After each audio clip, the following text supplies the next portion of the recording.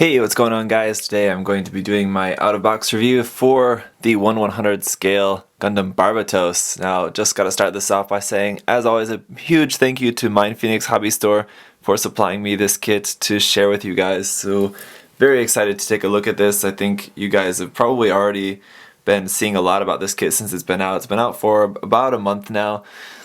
So I think probably a lot of you maybe already have this kit. It's been very, very popular. I think Bandai's done pretty well getting people interested in the Barbatos and its HG and 1/100 scale kits. One thing we just need to mention, just in case there's anyone that's maybe still at all confused about this is not a master grade. Bandai is probably not going to be making a master grade of this, just to settle anyone who's thinking of waiting for a master grade. It's probably not going to happen just because of the fact that we have this kit and it's close to a master grade. There wouldn't be a whole lot of use in Bandai making a master grade, especially since they're also making the high-res version, which is also similar to a master grade. So wouldn't really make sense for them to have like 3 1/100 scale versions of the Barbatos unless it was like really quite different, like a much later form, like maybe the 5th form with the Gushun parts possibly as a master grade or something like that later. But as this is, as you see it now, I'm fairly certain, like 99% certain, we're not going to get a master grade of this form of the Gundam Barbatos. So I could be wrong, we'll have to see, but that's just what I'm going to say for now. I will give you guys a look at this compared to the HD version side by side a little bit later in the review. I just want to go over just a few basic things first. I just got to say, it's a really nice kit. The proportions are slightly different from the HD. I think you'll notice. I do like the look of this one more. I think the HG, I was really quite pleased with how the HG came out looking, but this one, I think I just like the proportions and the shape of this one a little bit more. The legs, I think, are a little bit more exaggerated. I think a little bit more bulky in that knee area, lower leg part. And just the legs kind of really exude that kind of like goat leg sort of. It's very like demon-esque, like a sort of devil, like with the goat legs sort of thing, and I think that's much more apparent in this 1/100 scale form more than the HG, I think, just because the shape of the legs in this one is just slightly different like that. So that's looking really cool. The upper body, there's not really a whole lot changed, but just this kit in general, I just want to say as well, basically everything that I disliked about the HG, this kit fixes. Let's just go through that. So number one, the first thing would be the HG had seam lines here right on the wrist, very unsightly place. Not the most difficult seam lines to fix, but this one eliminates that problem. It's just a separate part. So really the only seam line that you'll have to fix on this kit is here on the shoulder. It's like 2 main pieces and then this one piece goes over the top, but there's going to be a seam line there. Again, really easy to fix that though, so it shouldn't be much of a problem. The other thing that this one fixes from the HG is the color separation, the part separation. So on the HG we had black stickers here on these parts on the legs, black sticker on the crotch piece on the front, you'll see when that comes back around, and then the side skirts had red and black stickers. All those are now parts, so that's great. Now the only place that we really have stickers that I wish we would have parts is the red markings underneath the knees, the chest, and the shoulders. I wish that would have been a red piece behind the white part that like fed through, or it's just a hole in there or something. But again, that's a super easy paint app to do, and I'm thinking about doing just a separate video. There's a kind of new series of videos that I want to start doing, in which I think maybe the first one is going to address that problem for this kit. So I'll talk more about that later. But yeah, so that's pretty much it. Those were like my big problems with the HG, and those are pretty much all fixed now. The other color app on this one, though, is the red on the back of the feet there. These little red color app on the back part. That is just stickers. Kind of wish that would have been a red part, but that's, again, that would be really easy to mask that part and just paint it, so it's really not too big of a deal. So as far as like if you're going to be painting this kit, masking, you're going to have very little masking to do. The yellow on the shoulders, you'll have to mask that and paint that, but again, not really the most difficult thing. Otherwise, that's pretty much it. Fairly minimal with the masking required for this. There is a little bit more on the weapons as well, but I'll talk about that when we pull those out and talk about the accessories. So, and for anyone who is interested, here's how the 1/100 scale and HG are going to look next to each other. I think it's really not a contest now that I'm like, the HG was really nice, but like now after working with the 100 scale, getting the HG out again, it's like, wow, it really doesn't even compare. The 100 scale, although it's not a master grade, compared to the HG, it almost seems like a master grade, so it really is a lot nicer. Just the larger size of it too, it's quite a bit larger, obviously. Of course, that's the same for like any 100 and 144 scale. Of course, the size is different, but just having it in that bigger size, I don't know, there's just something, it's much more satisfying having it in a larger size for me. So, I don't know, what do you guys think? That's going to be pretty much it for just my kind of overall thoughts about this so far. Let's go ahead and take a closer look and we'll talk about some of the articulation. There are some more stickers on the inner frame too, and let's see, just to pull off maybe some parts here to show you that. For example, here on the back skirt, there's the gold stickers there, and you can see up underneath there, with all the armor on, these ones here on the hip pieces, like the hip inner frame, these are really going to be the only ones that you're going to be able to see with all the armor on. There's ones there too on the front and back on both sides. The thing about these though is if you're moving this part around, it's very easy to damage those stickers. So that's going to be something you're just going to want to paint that color app on there if you want. I mean, or just however you want to paint it. Lots of inner frame showing, especially a lot of this piping and stuff on here. So lots of good opportunity to paint in some details on that. There was also a color app on the chest. Of course, let's see, I have to take this apart a little bit. If you remove those parts of the chest, we have this gold sticker on here as well. You can keep that on there. The nice thing about this sticker, putting the stickers on the inner frame, there's a few of these gold ones like that. There's one on the front of the leg as well underneath this part. Is that you can put those on there on the inner frame, and then when you put on the armor, you don't have to take off the stickers, like the armor fits around the stickers. But again, if you're going to have the armor on, there's really not too much of a point to those stickers. But it was a kind of novel idea on Bandai's part anyway, so I mean, it was okay. For the head, we have a green piece for the eyes, if you remember from the unboxing, so it's not a clear piece in there, it's just a green piece. So the head overall looks very good. We have if you don't want to have this on, if you do want to have it just as the inner frame, we have this extra piece. You just have to replace that. So this, okay, well we need to take off this white part as well. If you wanted to display this as just the frame, or if you wanted to have it as like just partly frame or something like that, you have to take off those two pieces on the top. Then we have this piece, but if you don't, if you want to have the actual V-fin on, then you have to take that off, put this white part on, and then the yellow part on there like that, and we've got our head, that big yellow boomerang V-fin. It's growing on me, I gotta say. But overall, the head is very similar to the high grade. It's nice though. On the arms, this shoulder part is just going to fit on there. It's not really the most tightly fit. There's no like peg or plug or anything. It just sort of fits on there. Not the tightest, but it does work. So that's going to move nice on this part. Goes up and down, so you can move that around pretty well. The shoulder armor, to get it out of the way for doing whatever you want, it's going to go up, all the way up if you want to bring the arm up. So you can bring the arm all the way up like that for some nice upward movement, and then the arm's going to rotate and have a double joint here, not a full 180 degrees, but pretty good bend there at the elbow. And we have this part, this is like a kind of thing here we have on a few points in this kit on the back of the leg as well, where it kind of looks like piston, but it doesn't actually work like a piston, it's just there for show. It doesn't actually move or anything, it's just kind of on there. The wrist is just ball joints.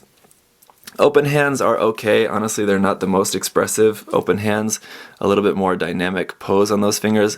What you could do is maybe just cut the fingers and then re-glue them in a little bit more exciting position, sort of, but it's a little bit more of a project, but it wouldn't be too terribly difficult to do if you wanted to change those hands up to be a little bit more dynamic. Again, these stickers on the shoulders, same with the high grade, are just kind of crap.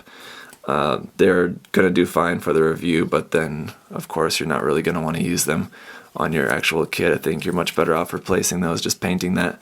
On the backpack, the same thing, this middle section moves like that. These are black stickers here on these side parts, but that's it. This is all molded in the correct colors. The waist, again, like the high grade, has some movement here. It's going to rotate like that, and then rotate just a little bit side to side.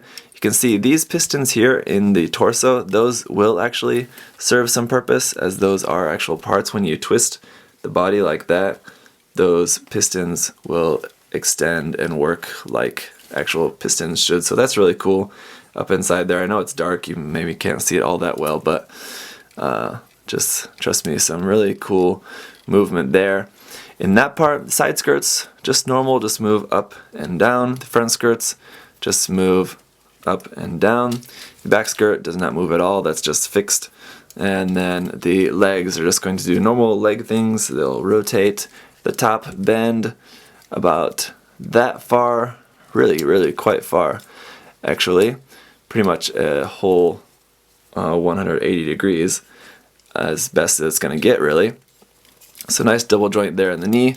When you bring that back, just make sure you get that knee armor in front of the thigh piece. Strangely, it's missing the sticker here for the front of this color app here. On the HG, that was a sticker. On this one, surprisingly, there's no sticker for that. It's kind of odd. I got to that point in the construction, and I was a little bit surprised that there was no sticker for that black color app there. But interesting anyway. And then, yeah, just the legs. This whole lower leg, nothing really moves there, but it's just all very similar to the high grade, basically. Like I said, these parts are now separated, but that's that. And then the feet as well, very similar to the high grade. They're just going to rotate side to side. This ankle guard piece moves up and down. The toe is going to point down about that far, but then we can move the ankle joint to bring that nice and far down like that. Forward, it's going to go nice and far forward as well. So really great ankles, really great design on the feet on these. The feet are really unique and really quite long and large, but I really like the design of the feet on this. It's nice that we have a gray piece inside for those toes coming out, and then the red piece on the bottom, white piece on top. It's much better than the high grade on there for the feet. That's pretty much it for the articulation. I forgot to really show you the neck, but the neck doesn't really move much. There is a piece in there that kind of seems like it should move, but it doesn't really. It's basically just on a ball joint here, so that's really all you're going to have. I wish it would point up maybe a little bit more, as that's about the maximum you're going to get. I think if you wanted like some super dynamic like launching pose, you would want it to be up just a bit more. You could probably do that with a little bit of modification, but as is, that's as best you're going to get. Down is no problem though. So that's it for the mobile suit itself. Let's talk about some of these other accessories. So we have the open hands on there. We do also have these holding hands for left and right. And that's it. Again, that's better than the high grade, which only had these. But still, you know, it's not anything really to write home about. Then we have a few different parts which are basically for transforming the backpack, kind of. We have this part, which is to hold the sword onto the backpack. We have two of these mechanical arms, which have a couple different moving parts on there, which are also for transforming the backpack to hold the cannon. We have four of these parts, which again are for parts forming the backpack. An attachment piece for attaching the cannon onto the backpack, and then the weapons. So let's talk about these. We have our sword. Like with the high grade, it's very nice, but this one is two pieces instead of one. Not really going to be a whole lot gained from that, really, but it is nicely shaped, and it has little pegs here which will peg into the hand to make it held nice and tightly. I think if you wanted to have a two-handed grip on that, you could still do that. You just have it held one above and one below that peg, and you'd be just fine doing a two-handed grip on that. Compared to the kit, we can see it's almost as high as the Gundam itself, as tall as the Gundam itself there. So that is just going to snap into this peg on the back. Plug this onto the backpack, and the sword just slides down into there and sort of clips into place there. You can just pop that on, and that's it. Sword is on. Then for the cannon, let me show you the cannon first. Here it is. Very big. It's nice that we get this, whereas with the high grade, this was in the option part set. The trade-off, of course, is that we don't get the mace with this, so that is kind of the downside. Basically, between the 1/100 scale and the HG. Really the only difference is that the HG is cheaper and it comes with the mace. The 1/100 scale is obviously more expensive, a little bit more complicated, a little bit better kit in terms of its overall construction, and we get the cannon, so that's kind of what you have to think about. Sadly though with this is stickers here again, white stickers. It's 1, 2, 3 stickers on that part, 1, 2 stickers here, and then 1 white sticker here. This one I can forgive, but these two really should have been white parts there. So that's really disappointing. And no green sticker for the camera, so that's really weird and slightly disappointing. But again, I mean, all of those parts, I mean, everything is, you're going to be better off painting anyway, but just for those people who do like to just use the stickers and just build out of the box, sadly you're not going to have a green camera there for the Canon. So on this, the handle moves side to side and also has pegs just like the sword for plugging into the hand, either the left or right hand, so that's nice. Transforming this, unlike the high grade, it does actually transform. Just pull that out and then slide this out like that, fold it back, and then there's a little peg here, you can see, and notch on the opposite side. We'll just plug in on the white part like that. So there it is, folded up. And then on the top, you can see is this square peg here. Just gonna plug in that, and then we can plug this into the backpack like so, or like so, and then that's on the backpack, nice and secure. I gotta say, the backpack feels more secure than the high grade, that's for sure, so that's definitely a good thing with this kit. With all the stuff loaded onto the backpack, there you go. Looks great. I think this, I like the mace, but I like this set of weapons better than the mace personally. So if you want to have this folded down, here's what we have to do. We have to take off the gun first, then we need to take off this part, then we need to take off these gray pieces on the side like that and replace them with these. Those two put on the side are going to look like that. Then we use this arm, just like the high grade, plugs into there. This one though is articulated, so that's nice. Bends here, and then this top part also rotates there. So we can plug that in. I'm going to plug this onto the rifle first. I'm sure there is a correct order as to how this is supposed to be attached.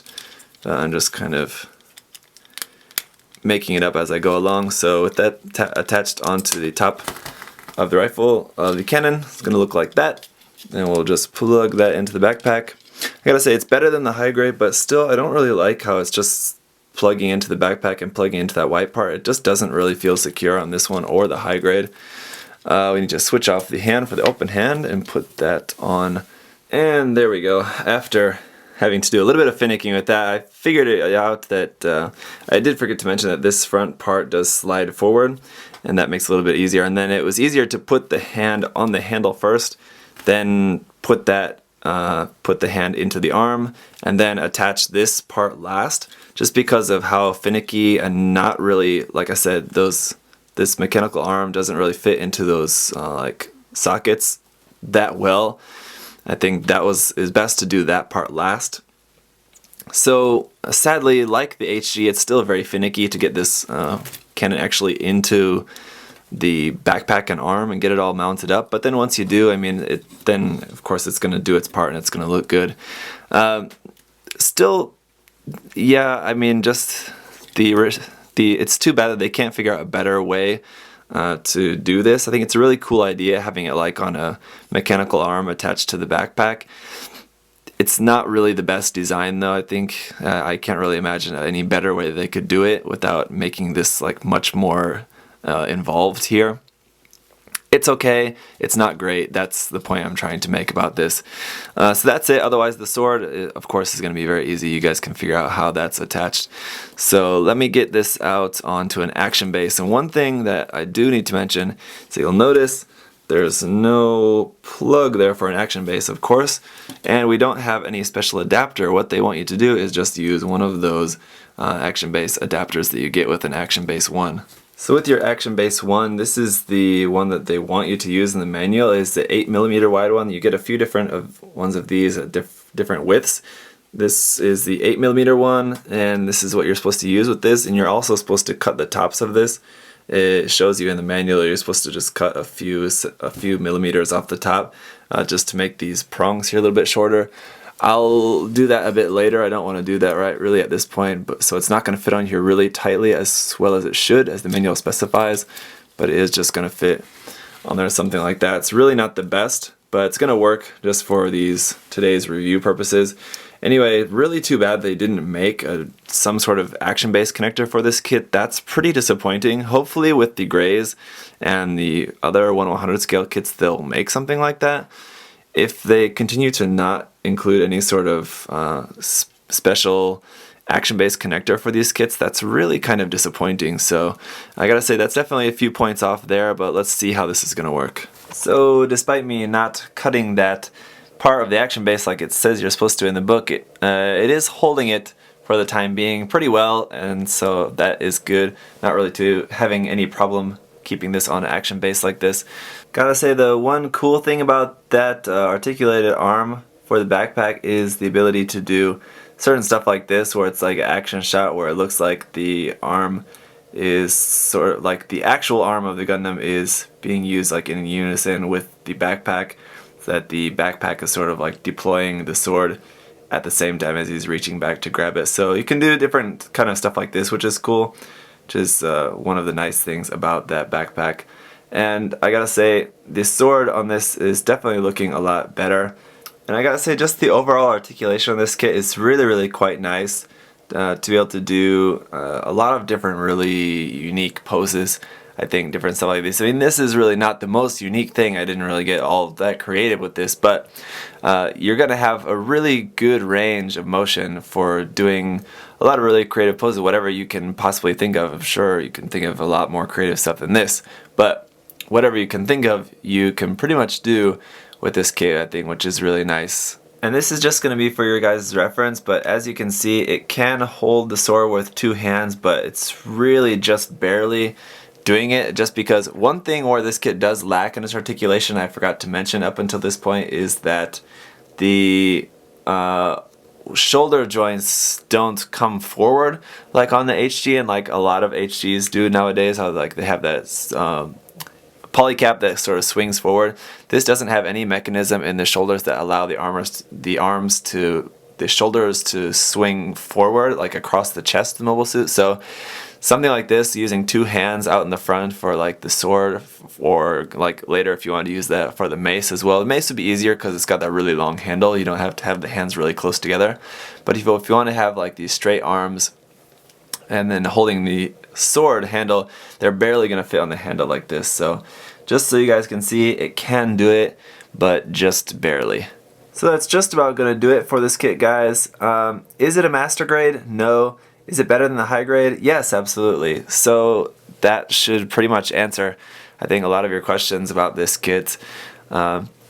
It's definitely a really nice kit. It's definitely different enough from the high grade that I think it warrants checking it out. Like maybe if you built the high grade and you thought, well, it's not a master grade, so it's basically just a scaled up high grade. It's definitely more different than I thought. It's definitely a much more of an improvement from the high grade than I expected. I was really expecting just like it to be slightly better than the high grade and just larger, but it's definitely much better than the high grade. And the high grade, as if you built it, you know it's a really great kit. So I gotta say, one thing that really makes me enjoy this kit quite a bit though is also, just like I said at the beginning of the review, a little bit of the looks and proportions of this is a little bit different from the high grade as well, which I think makes it much more appealing for me. They really, I think, captured the idea of the Gundam better in this form than the high grade. Like I said, it's sort of like based on like the demonology and all of that, and that look is, despite it being like a very white and bright Gundam colors like usual, it still has like a really sort of demonic sort of look to it, and that's captured better, I think, in the 1/100 scale version than the HG version. So that's pretty much it, guys. I'm sure there maybe is some things that I forgot to mention. If there is, let me know. Otherwise, I hope this answered a lot of your guys' questions about this kit. I hope this review was helpful. Yeah, if you have any other questions or comments, of course, just let me know and I'll get back to you on that. Otherwise, thank you guys so much for watching, and I'll see you next time. Bye-bye.